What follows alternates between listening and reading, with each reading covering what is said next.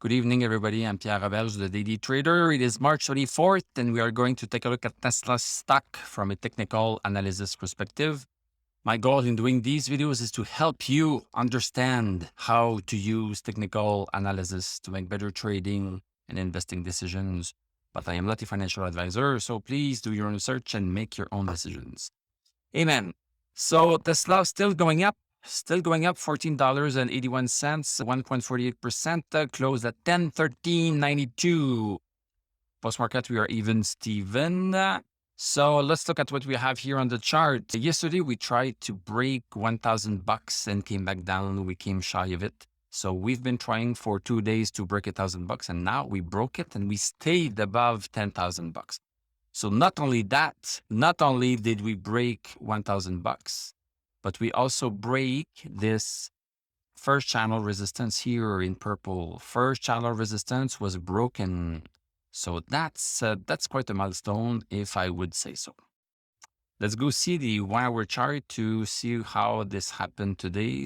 Pretty much a small day. We opened right here, came down to, and $1,000 is a very important resistance. So we came back to $1,000. This is a support, then came back up and down and up and down.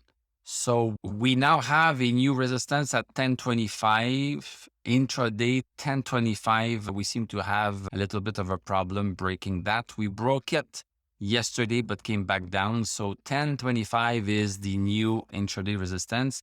In terms of indicators, stochastic is very healthy at 77. Not too bad. MACD broke over bearish. That's the only indicator that's bearish on this side. Going back to the daily chart, the stochastic still at 92, MACD, so we have one line above zero and the other one is getting close to being above zero.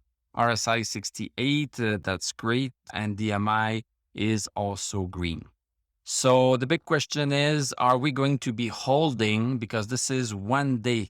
So this is the first day that we have broken 1,000 recently, and that we also have broken this first channel resistance support. So now we need to see if we are going to hold that tomorrow. That's the big question. So we have been going up 1, 2, 3, 4, 5, 6, 7, 8 straight days that we have been up. I can't prevent myself from expecting a pullback at some point. So I always try to anticipate all of the risks that can happen. And if they don't happen, then I'm happy it's a bonus. So always have a plan B. When do you want to sell? If you are a trader, when do you want to sell? Do you want to sell if we go back underneath 1,000? I don't think it's a good idea.